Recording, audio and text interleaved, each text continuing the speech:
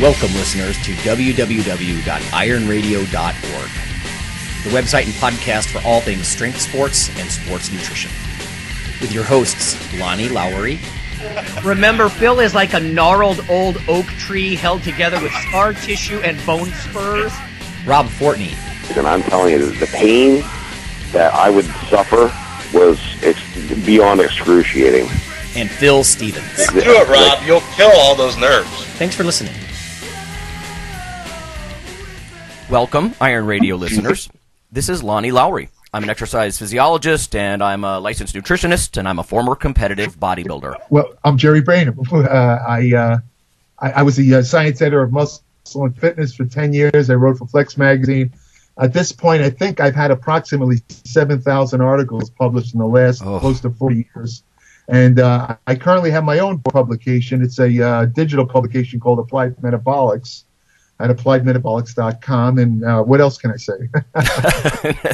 I used to compete myself, by the way. I competed in the 70s. You know, I trained with Arnold Schwarzenegger at the original Gold's Gym and all that. So I'd say I have about 57 years in this stuff.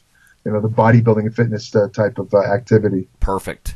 Yeah, everyone, if you're not familiar with Mr. Brainum, a lot of the co-hosts of this show, grew up reading his stuff in almost every fitness magazine you can imagine, and editorial role, all of that sort of thing. So definitely one of the veterans we want to expose you to. Before we get to Jerry's origin story, because it goes back into, some fascinating stuff, but I've got one listener question this week. I'm going to pose this to Jerry this week, and maybe we'll get some of the other co-hosts to chime in next week, but I want this to focus on Jerry. So here's what he says. This is from Richard. He says, just to start, you guys have a great show. The information you put out is amazing. I enjoyed listening. I do have a question. I'm currently weighing about 180. I'm 5'11". I'm 28 years old. I'm guessing I'm about 15 to 18% body fat. I really want to get up to 200 pounds in body weight.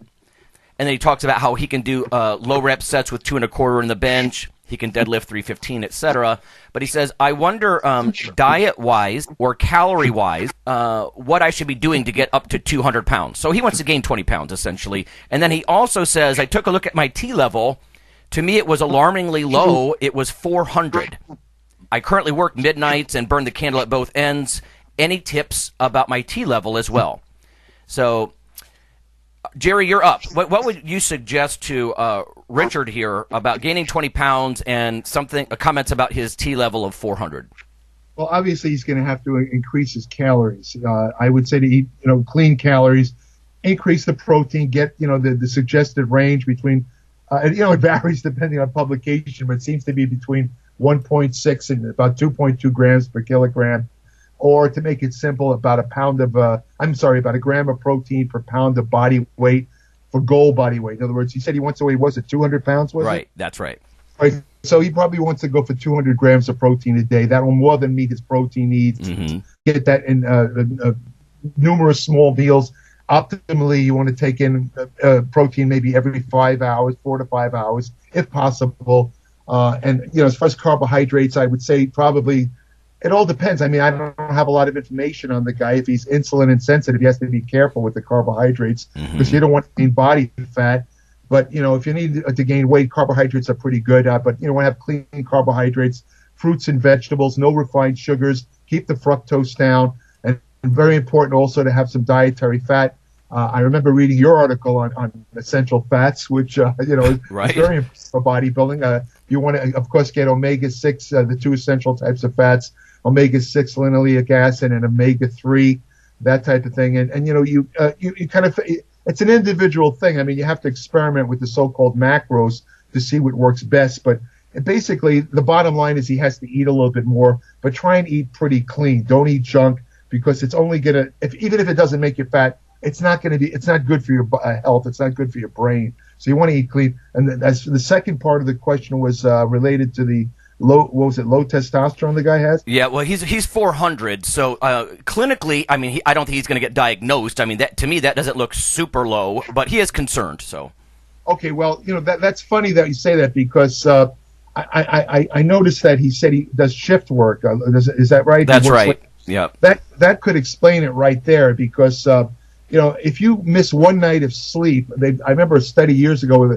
I think the men in the study were average age maybe 19, 20 years old, which is the age when testosterone actually peaks in most men.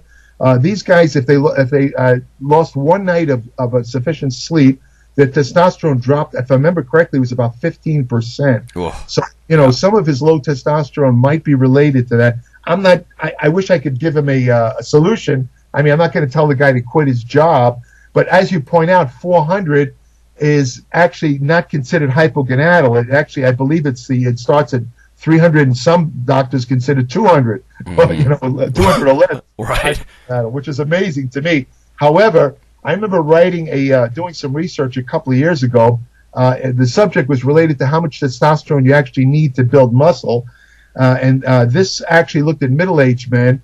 And if I remember correctly, you had to have something like between 500 and 800 minimal to actually build some muscle. So, that gives you an idea. And, I don't want to tell the guy how old was this guy? I don't remember his age. He's 28. He's 28. He's a little young to get on testosterone replacement therapy. Agreed, yeah. I mean, again, I'm not a doctor, so I can't prescribe, but he might look at something like perhaps maybe a little bit of a Clomid or, 8CG, something mild like that, which will kick out his own testosterone levels. It might kick it up a little bit, enough to bring him up to that level of, let's say, 500 to maybe all the way to 800, and that should solve the testosterone problem right there. And it'll certainly make a big difference in helping him to gain weight, because, of course, testosterone supports muscle growth. Right, yeah. I'll tell you, Richard, my 2 cents here, and again, we may bring Phil in on this next week, because Phil can, do a deeper dive than we have time for this week with the training, but I agree with Jerry. I mean, you got to find a way to get to sleep earlier, rather than sleeping late the next day, right? Going to bed as early as you can, do some kind of sleep ritual. I'm actually a fan of melatonin, or even some double-strength chamomile tea. Do something to noodle down and get to sleep the best you can. Eat. You can't go on a super low-fat, high-fiber diet, right? Because that'll knock about 15% off your T levels. Minimize alcohol if you do that regularly. That can take a toll on your T levels. These are all just things that are sort of nutritional lifestyle ways to address sort of what Jerry was just commenting on, something like HCG or Clomid or something. Natural ways to get that T level up a little bit. But I wouldn't fret badly about 400, but it's almost certainly the shift work. I agree 100%. So, okay. So, Richard, we'll cover a little bit more of that next week, because I want to get to Jerry's origin story.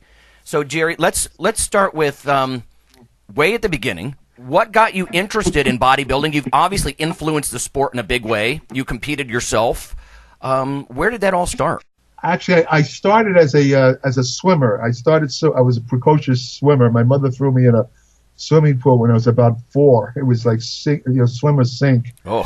So I somehow I was attracted, maybe because I'm Pisces, whatever. Right. I was always attracted to swimming. So I competed as a kind of junior swimmer in the AAU back east years ago. I actually earned these life-saving certificates, I remember, and I won a couple of awards on the East Coast as a swimmer. And I used to go to this little kind of, like a recreational center in Brooklyn, New York, where I was living. And they had an Olympic pool. That's where I used to practice my swimming. And they had a weight room. But, this goes back to the early 60s. And back then, I don't know if you're old enough to remember, but, everyone thought that weight training made you stiff and slow. And most athletes, other than maybe football players and track and field athletes, were advised not to lift weights. So, I used to walk right by the weight room, and I never touched it, Oh, yeah. But I remember I was heading for the pool one day, and all of a sudden it was like a little corridor. I remember there was a crowd, and I remember the crowd parting, almost like the Red Sea. They parted because somebody was walking through.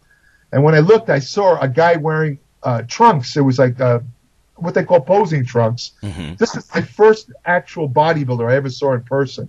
I had seen Steve Reeves playing Hercules in the movies at that point. I was very impressed by Steve Reeves, but I wasn't really quite sure how he got his physique. Mm-hmm. For all I knew, he just was born like that. I was like 11, 12 years old. I didn't know, But I see this guy, and he's walking through the crowd, and I asked somebody, I said, he was very muscular, and I said, wow, look at the muscles on this guy. And I asked somebody, I said, who is that guy? And they said, that's Jerry Winnick. And I remember the exact words after all these years. The guy says, he's an animal. I remember the awe in his voice and the way these people were just staring at this guy.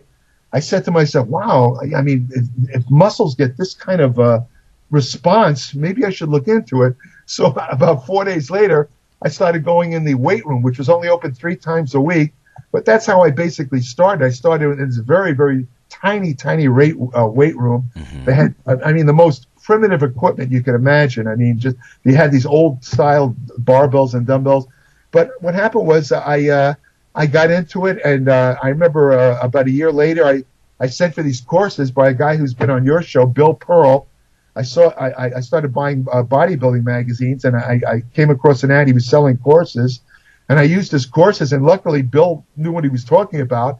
I used the suggested routines, and I started growing like crazy, even at 13 years of age. Nice. I got into doing more and more. And by the time I was 14, I figured 3 times a week whole body workouts wasn't enough. I was considering going into bodybuilding competition. So I took the subway train to Manhattan, and I came into a gym. The first gym I went to was run by a guy named Sid Klein. I don't know if you remember. Oh, yeah, right. Okay. Yeah, Sid Klein's gym was the first gym I saw. It was off Times Square. And I went into, and the first thing I remember was like a museum. I mean, they had these paintings of old-time strongmen, and they had these globe barbells, the old-style globe barbells. And this little short old man comes up to me, and it turns out it was Sid Klein himself. And I said, well, I'd like to join the gym. And I remember he said, it's by appointment only, and it's only 3 times a week. And I said, well, I'm sorry, but that's the reason I'm looking for a gym. I have to have more. He says, well, thank you. And I left. And I walked a couple of blocks, and I came across another gym called Mid-City Health Club. And that gym was open 6 days a week, and I joined immediately. And I trained there. I met a lot of famous bodybuilders at the time. A guy named Harold Poole, Freddie Ortez, and I really got into it. I trained there for about a year or two, and then I went back to Brooklyn. This guy named Julie Levine opened up the R&J Health Studio, and I trained there for the rest of the time I was in New York. Now we're heading towards this would be the mid to late 60s. And in 1968, even before 1968, I started competing in bodybuilding when I was about 16. I entered a couple of East Coast shows, Teenage East Coast. I won a couple of titles, and I usually placed in the top 3.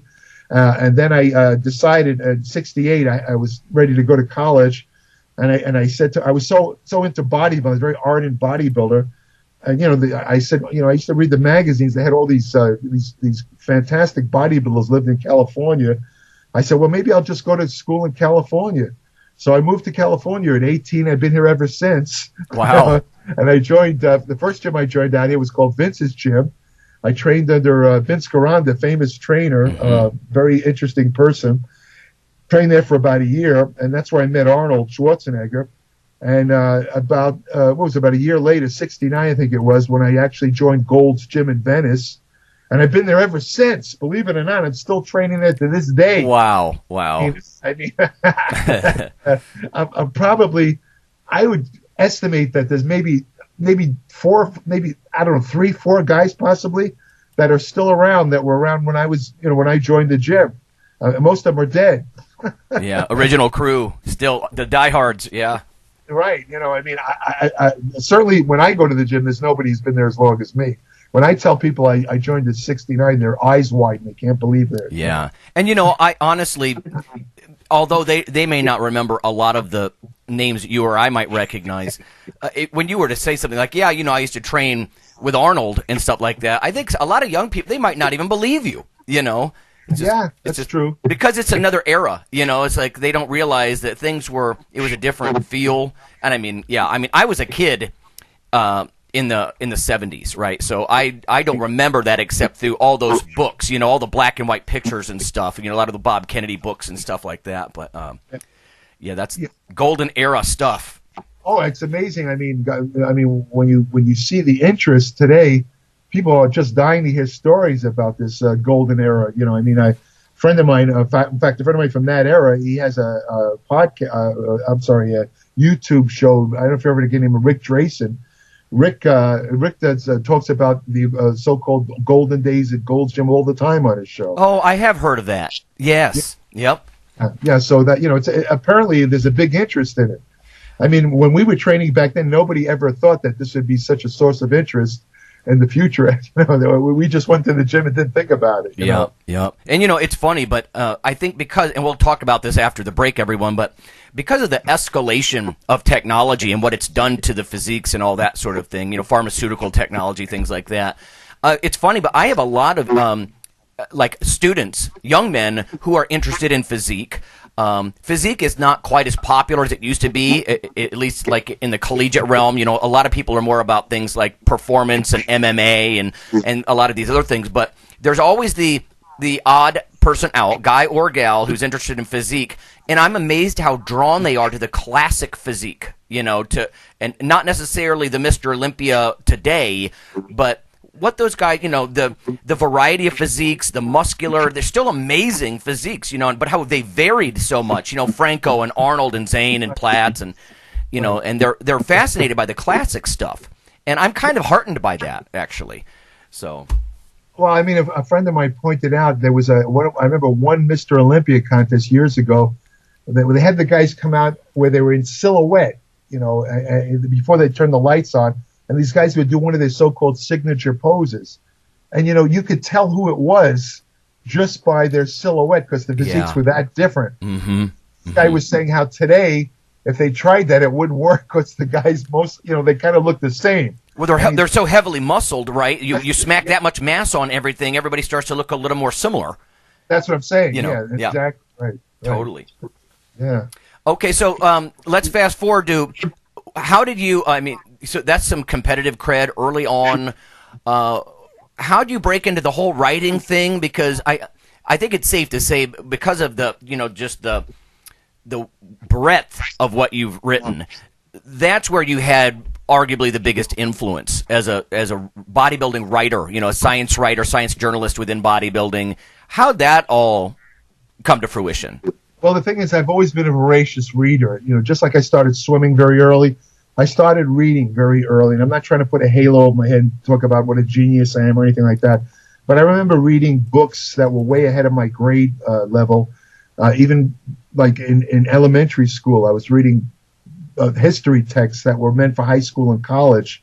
So, I've always been into reading. I love reading. And that's one of the things that has been continuous throughout my life. I'm still a voracious reader. I try and read about 3 or 4 books a week even now. Sometimes I just don't have the time. I try and read as much as possible. I set aside time. But, when you read a lot, there's a tendency to kind of consider writing also. And I remember writing my first book when I was 8 years of age. I hand wrote a book about the U.S. presidents. I wrote about a little biographies of every president up to the current president at that time, who was Dwight D. Eisenhower. That's how long ago that was. Right. And the funny thing is, Lonnie, after all these years, I could still remember a lot of facts about these presidents. I can pull out names that the average person has no idea who they are, like Millard Fillmore, Franklin Pierce, Rutherford B. Hayes, and all these people. I still remember them because I researched them and wrote about them. But I was always writing. So in the 70s, a couple of bodybuilders asked me to write, kind of ghostwrite their courses. So I did that. I ghostwrote their bodybuilding. They were selling them through the magazines. And then I sometimes would go up to the reader office with these guys. And some guy came up to me and he was told that I do a little writing. And he said to me, look, I got a job for you if you want to answer letters that are sent to Joe Weider. We get thousands of letters. We'll pay you like $1 per letter or something like that.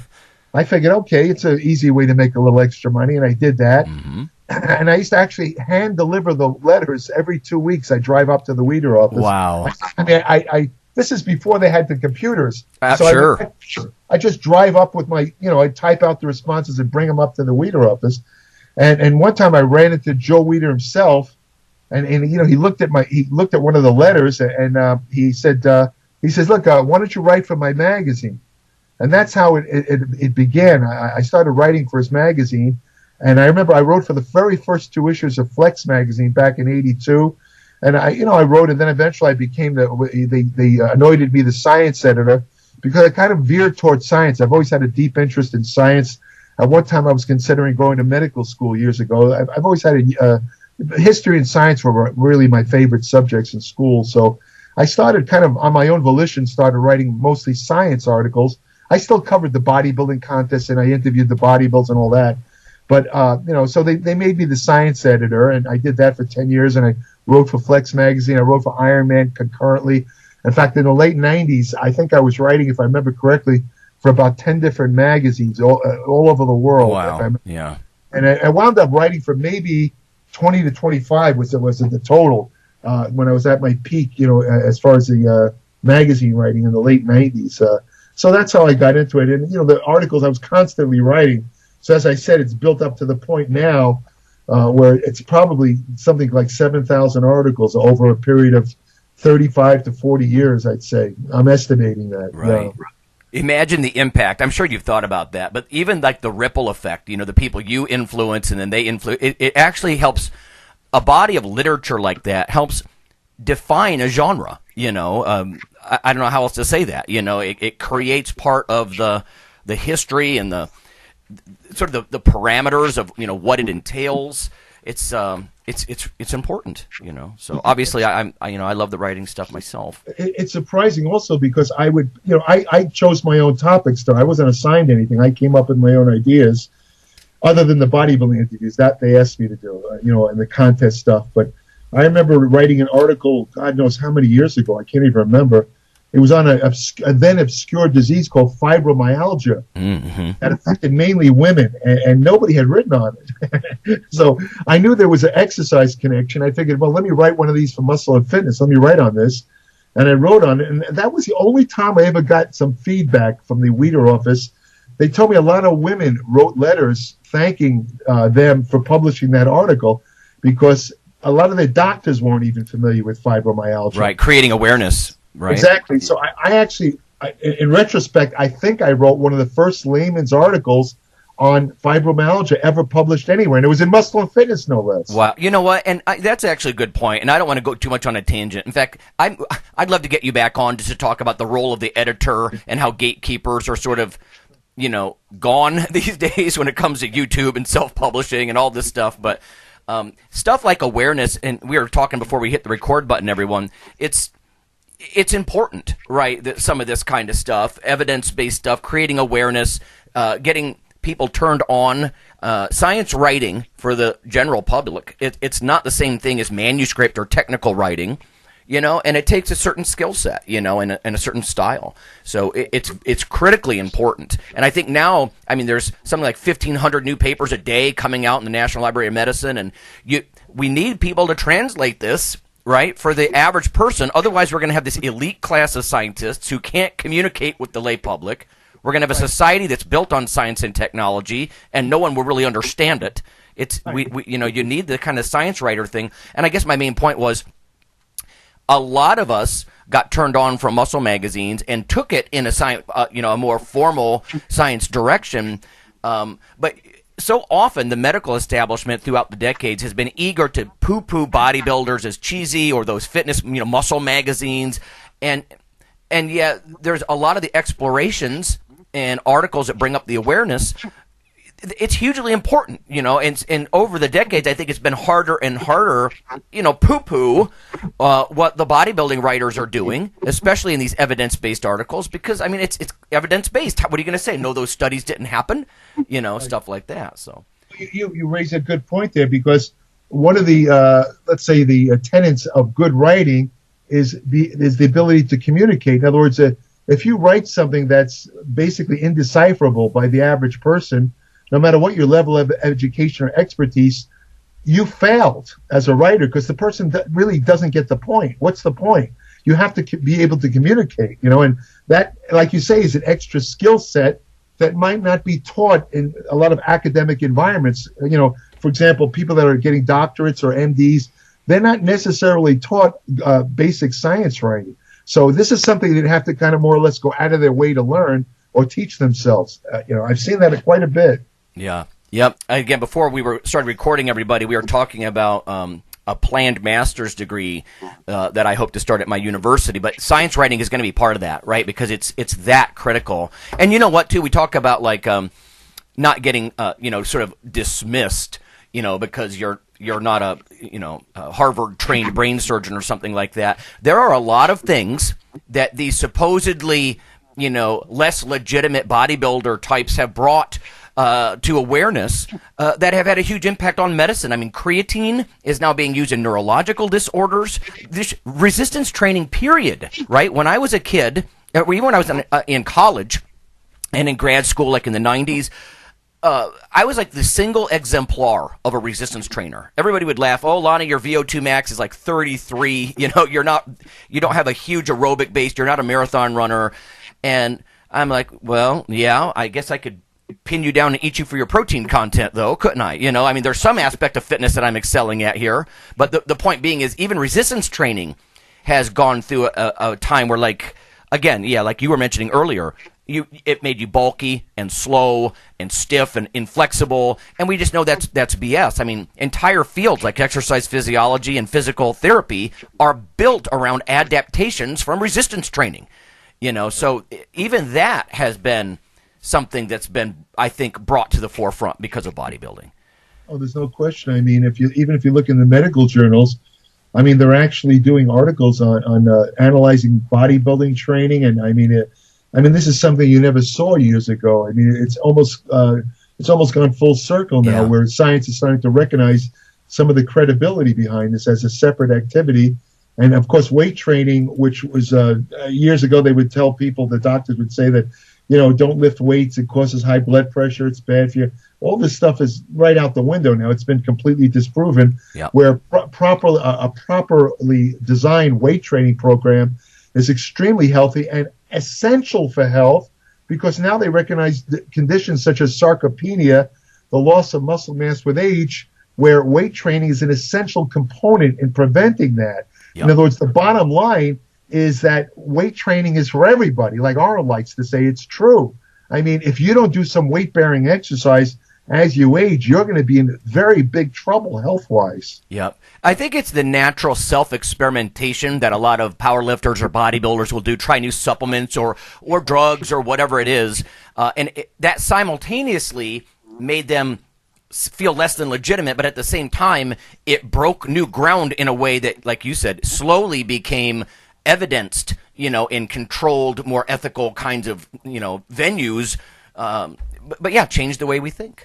Now, let's go to break here because we're running low on time.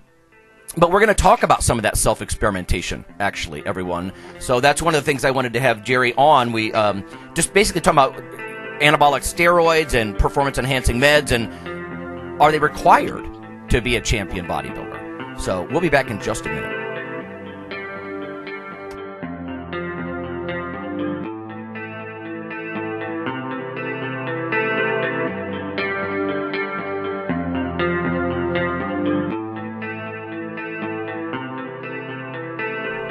Hey listeners, this is Dr. Lonnie Lowery.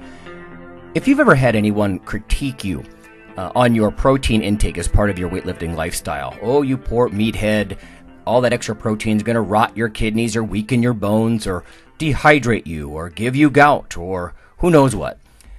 There is a book available. You could simply Google CRC Press and Lowery.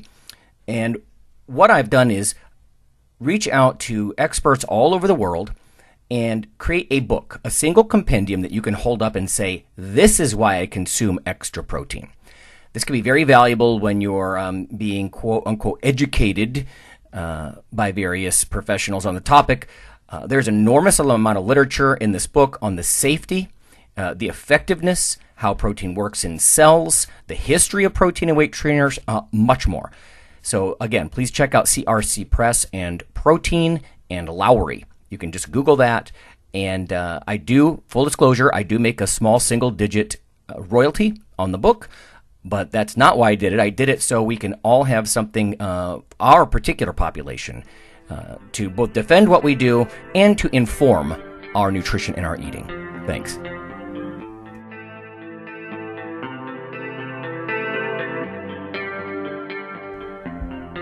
IronRadio is, of course, primarily a podcast. But over the years, there have been technical glitches calling for backup streaming and listeners who wanted the convenience of other sources of audio content. Toward this end, IronRadio is now simulcast and backed up on YouTube. If needed, please search Lawnman07 or IronRadio from within YouTube. There's not much video, but if you like to listen through YouTube on a Roku or other living room device, there you go.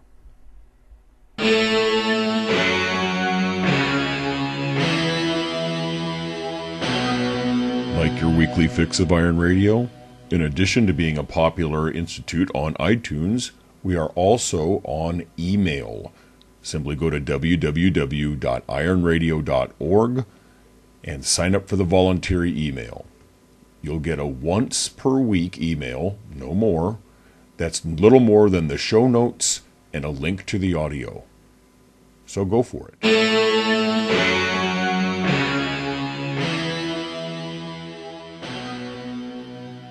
All right, everyone, we're back. It's Lonnie, and we've got Jerry Brainum, longtime writer and editor in the bodybuilding world, on the show with us. We're going to talk about anabolic steroids and performance-enhancing meds and being a champion bodybuilder. In fact, I want to start by saying, and listeners, you all know this, of course, don't construe any of this as medical advice. We're not physicians. We're not trying to be. But, you know, this is one of those elephants in the room that maybe back in the 50s and 60s, 70s, the general population, they weren't quite as aware that the physiques were built, you know, with an element of pharmacy. And I think nowadays they are. But that doesn't mean the general public's perceptions of performance-enhancing meds are accurate nowadays either. You know, it's almost like we've come too far in the other way, swung the pendulum the other way, and now we think they're responsible for everything, you know, good and bad, when you see somebody that's very muscular. But let's start with a definition, Jerry. So when we talk about is pharmacy necessary to be a champion bodybuilder, define champion bodybuilder for us. Well, a champion bodybuilder, there's a lot of elements that go into it. I mean, you hear the frequently tossed term genetics. There's a definite genetic element, broad shoulders, long muscle bellies. I'd say also I throw in smaller and less dense fat cells where you don't have hypertrophic, hyperplastic obesity. Mm-hmm. Where you have, of course, the enlarged fat cells. It's a little bit harder to get, defined. There have been champion bodybuilders that started out as fat guys, or I should say obese. I don't want to, use any words that might offend anybody. But the thing is that most of the bodybuilding champions that I've interviewed thousands over the years, it seems that they usually started usually thin or just, not really. Very few of them started as obese fat guys. There are exceptions to the rules, but generally it's a kind of a body shape that, small waist, broad shoulders, like I say, long muscle bellies. Kind of a shape that's pleasing to the eye. Of course, as the old adage goes, beauty is in the eyes of the beholder. What I mean by that is, like, you look at the current bodybuilders today at the professional level, the guys are very massive. That's not everyone's cup of tea, to throw another cliche out here. But the truth is that some people like that look. I mean, and others don't. Others are repulsed by it. They like the bodybuilders of, let's say, the 70s when I competed, where they were smaller, but they were more muscularly defined, and they looked basically more human. Yes. So, it's a certain, again, it depends on the individual, but there is a certain type of symmetry and balance and proportion. Like if you look at the criteria for judging bodybuilders, they look at symmetry, proportion, muscle size, general appearance, that type of thing. It has to be within a kind of a certain narrow range in order to make it in bodybuilding. And I wrote an article recently for my newsletter about, it was kind of technical. I had to go into some really technical stuff, which I tried to really, make it readable and understandable. But I was talking about, what is the difference between hard gainers and fast gainers? In other words, why do some people make a lot of very rapid progress and others they do everything right? They just they can't seem to put much muscle on. And, as part of that article, I kind of went into these attributes of what constitutes a championship bodybuilding physique. And I pointed out, I didn't want to discourage you, and I pointed out this doesn't mean that you can't get a really fantastic physique. Anybody could. I'll make a flat statement. anybody who engages or begins a correct, judicious weight training program and a good nutrition program can make spectacular progress. Anybody. I'm talking about anybody, but they might not have, let's say, the genetic attributes to go all the way into the professional level or the elite level of bodybuilding, which, to tell you the truth, from what I could gather, it only really attracts a small percentage of people. Anyway, not everyone wants to be a professional bodybuilder. Right. I would say most people don't. Right. Yeah. You know, I mean, Alani, if you look at these studies, I'm sure you've seen them. I mean, when I first saw this a couple of years ago, I was shocked to see. I mean, it might be surprise a lot of your listeners. The biggest or the greatest users of anabolic steroid drugs are not athletes and bodybuilders, but just recreational exercises like, you know, office guys or lawyers or just average guys and women that just want to look muscular.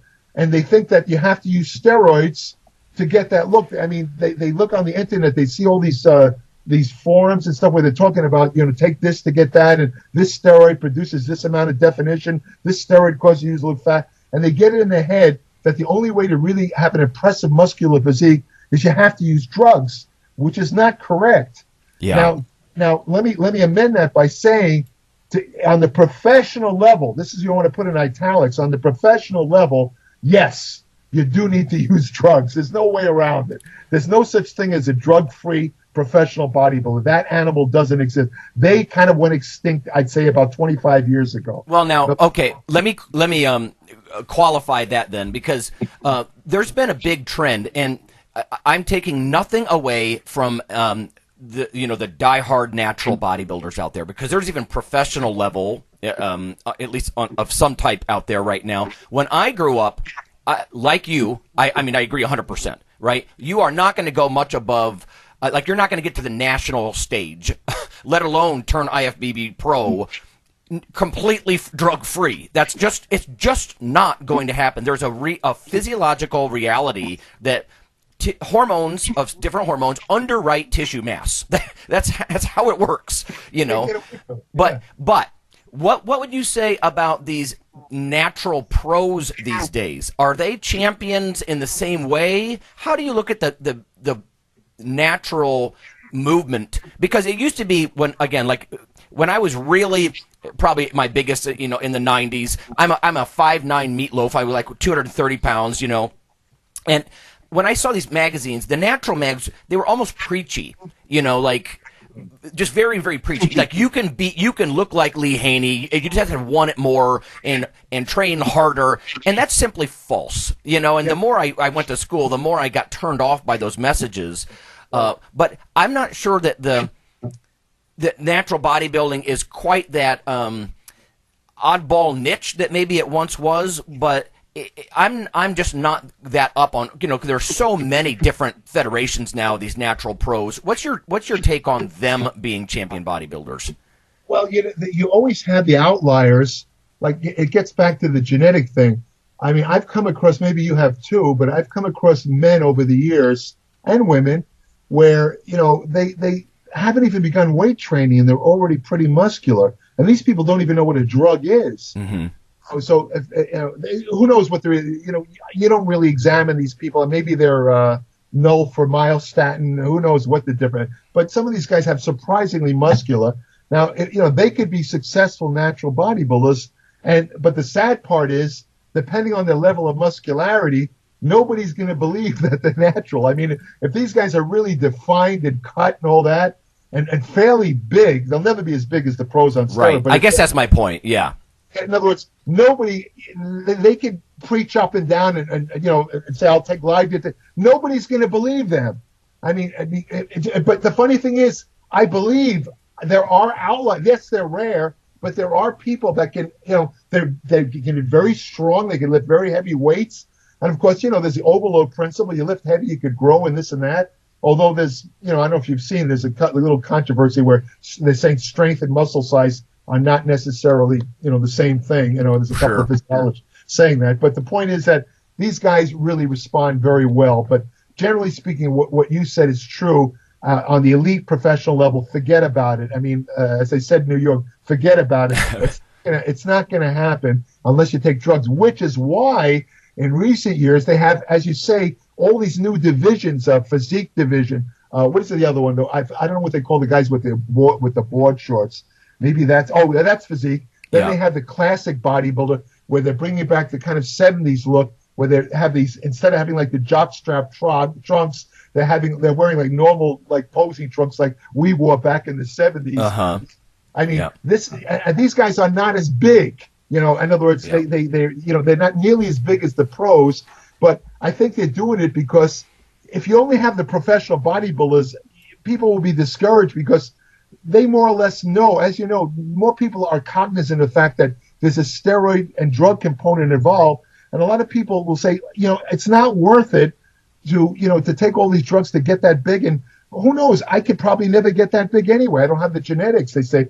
But, by opening up all these other divisions, now you open up a greater pool of people that can say, I can weigh 200 pounds and compete. I can see that. But here's the funny thing. If you pull the curtain behind like they did in The Wizard of Oz, you find that many of these so-called, I don't know whether to call them natural, but let's say, the lower levels like the physique competitors and the classic physique, these guys are taking as many drugs as the pros. Yeah. And you know what? To me, that's where things get really unethical. Like I hate the word natural because, God, take a couple of philosophy classes and wrestle with that one. But the point being is, if you get, they should say anabolic steroid free, certainly not drug free. A lot of these guys using large amounts of, ephedrine hydrochloride and things like that, like those old ECA stacks. And because, when you can't, in my opinion, if you're not going to get much bigger than about 200 pounds in shape, right, when you're natural, really in shape, stage ready, over 200 pounds, that's going to be a real challenge if you're natural. But the point being is, if you can only get so big because of hormonal realities, getting uber shredded is where a lot of that goes. These guys, striated glutes. Now, they might only weigh 165 pounds, when they're on stage. It's very dramatic looking. It's kind of amazing looking, really, but much, much smaller. But the point being is, there's a lot of things. It makes me very hesitant, right? Because I've competed in natural competitions and open competition in both. And to me, it's, the guy who comes in, if he's actually using anabolics in a natural show, that's the cheater, right. Because shame on you. Like, that's like, bringing a gun to a knife fight and walking away victorious and feeling good about yourself. Right. I just don't, that's where things, I think, get really sort of cowardly in a sense, but. And you can get into a semantic article, like you just pointed out, this thing about drug-free and natural and all that. And, like you say, even if the goal isn't to be super massive, if you're resorting to substances, as you pointed out, ephedrine or clenbuterol, which of course is a drug, but you're not taking steroids, that doesn't make you natural. Right. It's a kind of a broad definition. Like I say, if you really want to be honest, you'd have to categorize them into anabolic drug users and other drug users. I was surprised to learn years ago, a lot of these, if you look at the distaff side, the females, a lot of these women who are, fitness competitors and bikini and all this. I've gotten some people have sent me some of the programs that they have these coaches that they work with them, these advisors. And I don't know what the backgrounds of these guys are, honestly. Most of them I've never heard of, but I've seen some of their programs, and they have these women on clenbuterol, on thyroid. Thyroid, are not natural, Right. Maybe they're not taking and they can't take anabolic steroids because they're actually judged down if they show. They got rid of female bodybuilding basically on the law. There's no Miss Olympia anymore. Mm-hmm. When you compete in bikini or fitness or that kind of thing, if you have too much muscle, you're judged down. So they avoid anabolic steroids, but as you said, they're taking stuff to reduce body fat because they do want to look as lean as possible. They want that lean, kind of muscular, but not overly muscular look. Yeah, the floating target that women are expected to hit is got to be frustrating as hell because for men, natural or open, being as big and as hard as you can get, it's sort of a unidirectional thing. And with women, it's this floating target. This year, I'm a little too hard or too big, and oh no, I got too soft, and oh my goodness, I don't even know how that's got to be incredibly hard to be a competitor in those. And we both know a lot of those, even the bikini competitors, I mean, they're more muscular than old Miss Olympia, like the Rachel McLish era. I mean, there's been this up calibration of every level, right? Where even back in the day, I mean, from like you're talking about all the way back into the 60s, the bikini competitors, there was no, you didn't necessarily have some intense training program and diet coach and all this kind of stuff and drug use. The bikini thing was, a much softer thing. And now even the bikini competitors are pretty ripped.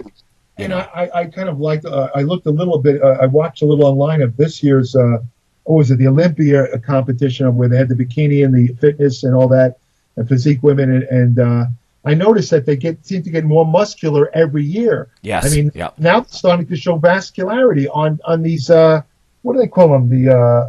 Not the bikini. There's another one. Just figure, physique. Yeah. Figure. That's what I was trying to say. Figure. Yeah. The figure women that theoretically are not really looking for large muscles. Some of the winners, they have like the vascularity through their deltoids and their arm. And I'm thinking, whoa, wait a minute. I mean, that's, and you and I both know, getting back to what you're saying about women, they have, it's different than men because women's body are geared to having higher levels of body fat.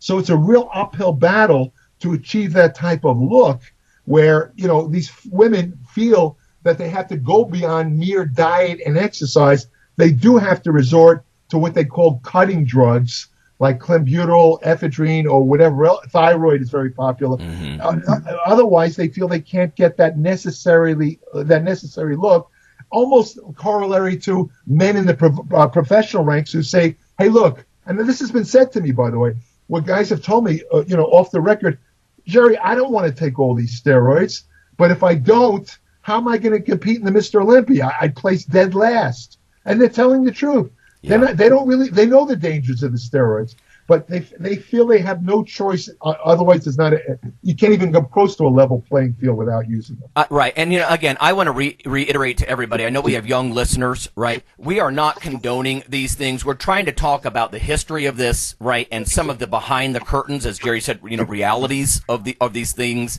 I mean, Jerry, you remember the one year, I think it was like early 90s, they actually drug tested the Mr. Olympia. I was there. Right. And everyone was so soft and they were smaller. There was one individual, and I'm going to withhold his name. He starts with an M. And there was all this talk that he was on masking drugs because he was the only person who was as big and hard as in the past. But the point is almost everybody was visually, aesthetically, radically different. And it was almost like a double check that, yep, these things are... To look like that, at least, they're simply required. I could tell you a funny story about that. Right after that show, the guy who was running professional bodybuilding at the time, a guy named Wayne DeMilia, who's now running another federation. I'm not sure which one, but I heard that he's running. But anyway, I remember talking to him right after the show, and I said, Wayne, because he was running professional bodybuilding at the time. I said, so how did it go with this drug testing? I said, is this going to be a regular thing? He says, absolutely not. And this is off the record, Jerry. I said, well, okay, well, what are you trying to tell me? He says, look, you saw the guys. You saw the quality. You see how much the quality was down? I said, yeah, I did kind of notice that. He said, if we remove the drugs, the bodybuilding is going to die professional because nobody wants to look at average-looking bodybuilders. They're looking for freaks. And the only way you can get a freak look is to use drugs. So... between me and you, we're not going to be doing drug testing anymore. I said, wow. What about Ben Weider? He's trying to get, bodybuilding Olympics, and you have to be drug.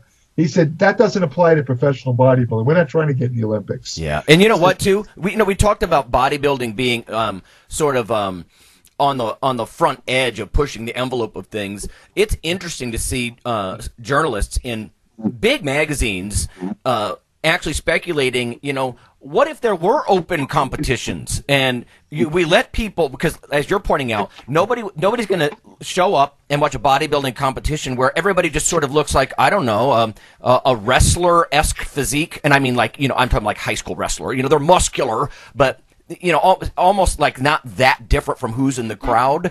And a lot of these sports journalists are, they're speculating on whether it's hitting home runs or whatever it might be.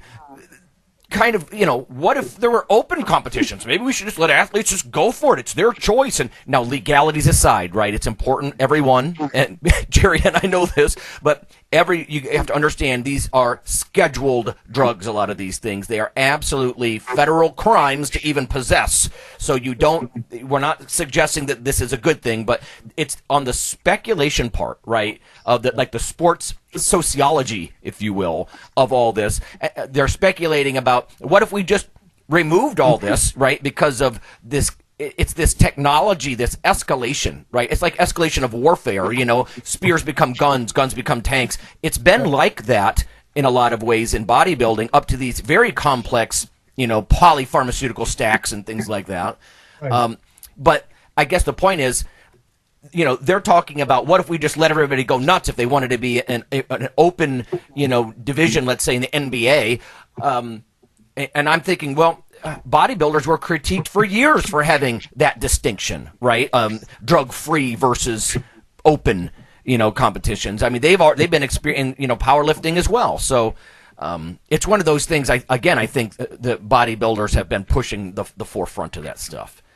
So. It's also kind of comparable, if you think about it, to baseball, professional baseball, because you might remember the home run derby there in the late 90s where, what was his name again? Sousa, and what was the other guy's name who set the record? Not Barry Bonds, this other guy. I can't remember his name. But anyway, this guy had huge forearms. His brother was a bodybuilder and this and that. And, Mark McGwire? Is that what yeah, Mark McGwire. Remember the controversy where he opened his locker and there was a bottle of androstenedione, which was then a pro-hormone. Mm-hmm. And they suddenly got this controversy with the sports writers. Oh, that's why he's hitting all these home runs, because he's on steroids. Right. Remember that? And I remember going to Gold's Gym one day, and there was a crew from Fox West Sports, and they came over to me because somebody told them I knew about steroids. I don't know why they said that, but they came up to me. And they said, can we ask you a couple of questions? This is right at the time of the home run derby in the late 90s. They said, you mind if we ask you a couple of questions on camera? I said, sure. So the first question they said to me was, you heard about how they found that Mark McGwire is using this steroid. And I corrected him. I said, wait a minute. He was using androstenedione, which is medically a androgen, and it actually is a steroid, but it's not really a commercial anabolic steroid drug. They said, well, it supposedly builds testosterone. They were trying to say it's the same thing. And they said, well, here's the point, though. Don't you think that without using this, that he would kind of be an average player who couldn't be hitting all these home runs every other day? I said, boy, hold on a second. I happen to know that Mark McGwire, the first time he ever went out to bat as a little leaguer, he hit a home run the very first time he played baseball. And at something like 13 years of age, he set a little league record in home runs. And there's a lot more to hitting home runs than, big muscles or taking steroids. There's hand-eye coordination. There's a lot of factors that go into it. Right. Yeah. And to say that guys like Sammy Sousa or you want to throw in Barry Bonds, who was on an extensive anabolic program, from what I understand, and again, I keep forgetting, what's his name again? Mark McGwire. I mean, to write it off to steroids, yes, steroids gave him probably the power to hit those long home runs and stuff like that. But then again, you look at a guy like Babe Ruth, who hit, 60 homers in the 20s, and he lived on hot dogs. Nobody knew what a steroid was when so there's a certain amount of skill involved. So, my point with this anecdote is to say that, I think there's a problem where a lot of people write off everything, as we said earlier, to steroid use. And I'm not saying steroids are an important part. And there's a corollary to this. As you said, we don't want to prescribe, but I think it's a wrong impression to say that you can't achieve really good results without using drugs. And I think that's a very, very much of a huge mistake made by, like I say, you look at these surveys where all these white-collar workers and people have no interest in competing, they're all using steroids. They're using some dangerous ones like Trenbolone and all this. And the thing is, they have this in their mind. If you ask them, they think you can't get abdominals and you can't get decent muscles. There's no way to do it without steroids. That is just not true. Yeah. Because I did it myself. That's Right. how I know. Yeah. I was literally a drug-free bodybuilder. Now, even they have to have a little asterisk because I have asthma, so I was taking asthma drugs. That's the only drugs I used when I competed in bodybuilding. Yeah. And it turns out, you probably know the research, some of these apparently, like they just came out with a study, terbutaline, oral terbutaline actually has anabolic effects, can stimulate muscle growth. I used a tablet form of terbutaline years ago. Did it produce muscle? I don't think so. Actually. But my point being that, I didn't have particularly good genetics. I think that most people, if you're really serious, you train right, you don't stay on a cell phone for 20 minutes between each set, and you do full range exercise, you follow a good solid nutrition program, you do a little research to find out the best supplements, what you need. I think anyone could make near spectacular results. But again, on the elite level, for pro bodybuilding, as you said earlier, there's no way around it. You can't walk on stage, 5'10", nearly 300 pounds, and it's not going to happen. No, I always say that, right? I always say 5'9", 250 with like 2% body fat is not a natural state of being. You just have to understand that, But to your point, we started with definition of a champion. I think I agree with you 100%. Anybody can build fantastic physiques, enormous strength. I think we just need to recalibrate what champion is, right? For people who, if you're not on drugs, then you can't have your calibration meter set at Mr. Olympia 2018. That's not going to work. You have to actually appreciate what the human body can do, with, whether it's nutrition, sleep, lifestyle, the right kind of training. These things can take you very, very far. Enough that you can have that kind of freaky respect that you talked about, that animal, that walks by. You can really do that. But I think we need to recalibrate a little bit, and you can't be looking. And again, I think that's why a lot of the young men that I talk to, they're drawn toward Frank Zane kinds of looks because it seems somehow within reach, Right. and not the GH belly, 290-pound monster. They don't even, a lot of them don't even want that, No, that's what I was saying earlier. That's why they have these new divisions in bodybuilding, physique and classic physique. Because, these guys top off at 210, maybe 215. That's what the guys weighed back in the 70s. In Arnold's, most of them weighed about, I competed at 5'11". I weighed 210 was my contest weight. Mm-hmm. I always tell people when they ask me, well, what do you think you would have weighed if you used steroids? I said, even considering the relatively tiny steroid programs back in compared to today, it's almost infantile compared to what the guys use today. But even considering that, I estimate I probably could have competed at about 235 if I took steroids. Mm-hmm. But I don't regret it. Because, I got into bodybuilding for health. I didn't go, I never had thoughts about being Mr. America. I just wanted to be healthy, and it made sense to me, even though weight training wasn't considered that healthy when I got into it. To me, I just had a gut feeling that weight training is healthy. If you maintain your muscular system, it's got to be good for you. And that's how I got into it. Right. So, I had to make the decision at one point, to go any further in bodybuilding, I have to start using the drugs like the other guys, because I started competing at a level where I was getting like second and thirds to guys who were winning, who I knew were on drugs. Oh, Jerry, I'll tell you, one of the kind of crucible moments for me, because I always tried to pit my education against users, basically, when I competed in open competitions. And that's why I sort of capped out at like the regional level, like you. I would want to be competitive, place in the top 3. But in these open competitions, I remember once a guy came in and his skin is like pink cellophane. He's talking about his GH and his thyroid use backstage and this and that. And I mean, he was actually a very nice guy, kind of a family man, all this kind of stuff. He was really kind of debunking a lot of the dirty things about, pharmaceutical users. But I digress. He was simply making decisions that I wasn't willing to make. So, he walked away with that class and actually went on to win the nationals that year. And I'm like, good on you, man. I mean, as far as his physique quality, he's like a head shorter than me, weighs the same that I do. He's much leaner. He's got striations on his freaking serratus muscles on his rib cage, and I'm like, I can't do that. So, when you compete in an open competition, that's just sort of the reality of it, I think.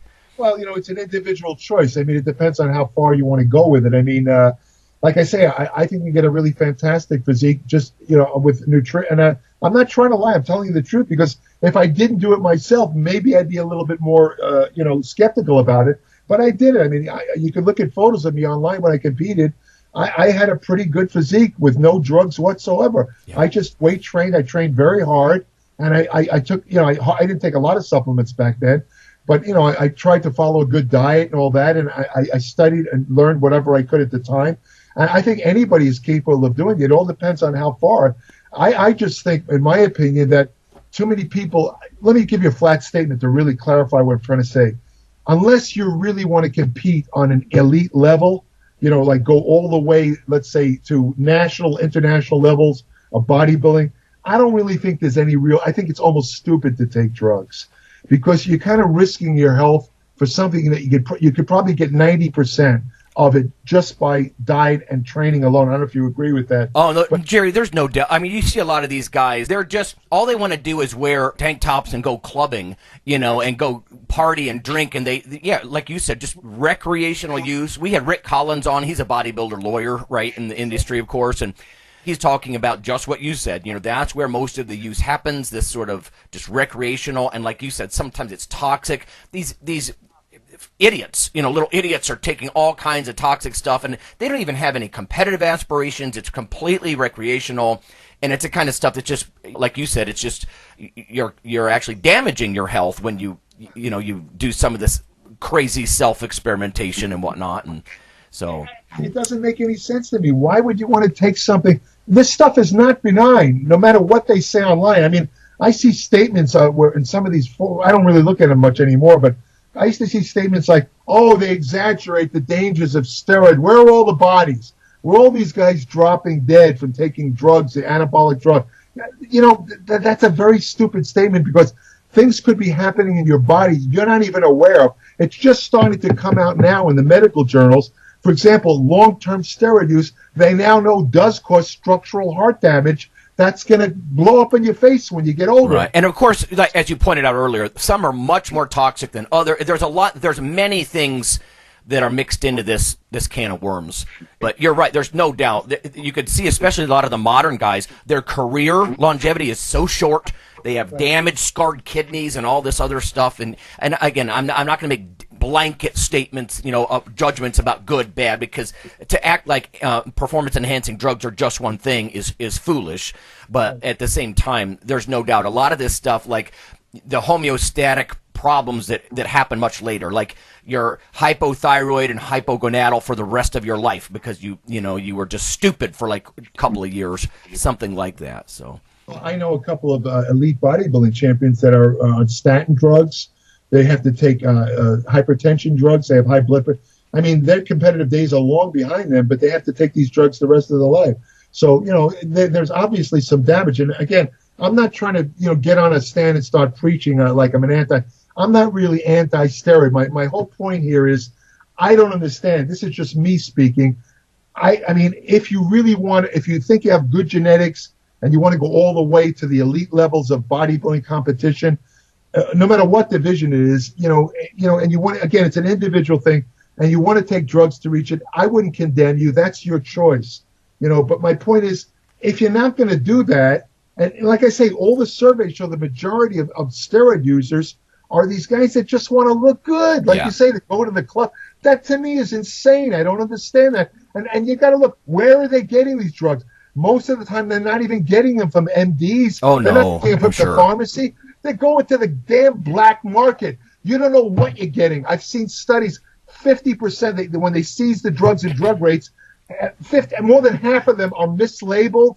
They don't have the drug, the same, the drug that, if one says testosterone, will have decaduramine. Or nothing, right? Yeah, they have like heavy metal contamination. Yeah. I remember reading about one Australian guy who he bought some steroids online. I think it was Trenbolone. And it turned out it had so much arsenic in it. This guy was a healthy 31-year-old guy. Oh, my God. It killed him. He died. Yeah. He died from buying just from dirty. Again, I'm sorry. I apologize if I sound preachy here. But honestly, and I'll make a flat statement again. If I were competing today and I, wanted to go on the elite level, and I don't think I have the genetics for it anyway, but let's say just theoretically I was doing that, I don't think I would not get steroids from black market. I just wouldn't do it because I happen to know it's like a roulette table. It's like, what's that thing where they Russian roulette? Right. You might be getting real drugs, or you might be getting contaminated drugs, or you might get underdosed drugs. Or fake, right. Entirely fake, whatever. And my point in talking about this, again, not to be preachy, is the fact that these guys who aren't even going to compete, they're getting the steroids from these they're taking so many health risks. And for what? Yeah. For what? To look good, to have abs? Yeah, right. Oh, give me a break. Come on. All right, I'll tell you what. We are we're out of time. Before we close this one out, can you remind us again where people can follow up with you more? Because you mentioned YouTube. Obviously, you have tons of writing. As we wind down, fill us in about where people can hear more from you. Well, I do have a YouTube channel. Of course, the videos are completely free. Every Tuesday, I put on a new video, and so it's on the Jerry Brainum channel. Just go to YouTube and do a search for the Jerry Brainum channel. I think I have now about 141 videos on the channel, and I did another 72 on another site. I don't even want to mention them because I don't want to get commercial here, but the thing is, I will slightly get commercial by mentioning that I retired from bodybuilding writing about almost 5 years ago.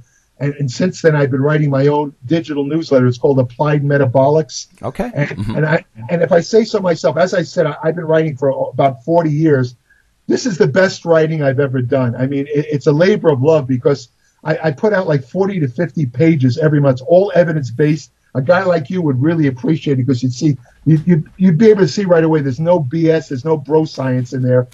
But it's a combination of current science, evidence-based science, and the addition of my own 57 years. That's what really makes it different. It's the fact I put in a lot of my own experiences where, I could steer people in the right direction, as far as exercise, diet, and general health. So, anyone who's interested, it's appliedmetabolics.com, and I even answer questions, brief, subscribers.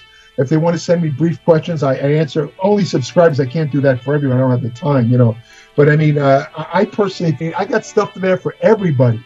That's that's the features of my newsletter. All right, good stuff. Well, thanks. I'll tell you what. I may have to tap your experience again in the future. Maybe we'll go back and forth on email a little, find some cool topics because it's very much up my alley. And like I said, some of our listeners have been requesting stuff about, can you talk about the muscle mass and the bodybuilding side of things, a bit more. And obviously you're a goldmine for that stuff. So, yeah. Okay. All right. Well, thank you. And everyone, we're going to catch up with you next week. We'll get all the other co-hosts back from their travels and we'll pick it up from there.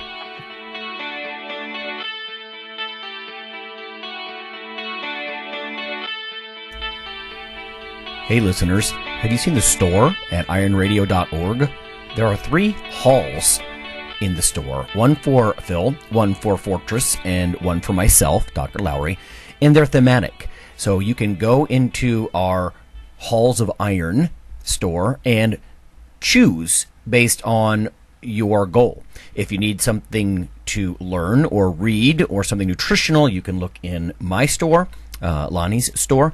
If you want something about injury prevention or competition, then take a look at Phil's Hall of Iron. And if you want something about motivation or daily training, Fortress's Hall has what you're looking for. There are some fun, heroic descriptors as you browse through the stores. We try to make it a little more fun than the average boring online store. And whether you're a novice lifter or someone more experienced, you can take heart that you're not wasting your time. The things that we put in each Hall of Iron are actually based on our own recommendations. Protein powders that we know to be good, knee sleeves, wraps of some kind, things that Fortress uses in his own training. The stuff you see, is good. This way you don't waste time. So check out the Iron Radio store at ironradio.org and let us know what you think on the forums, and certainly you can request products and we will screen them before they go in. So thanks for listening.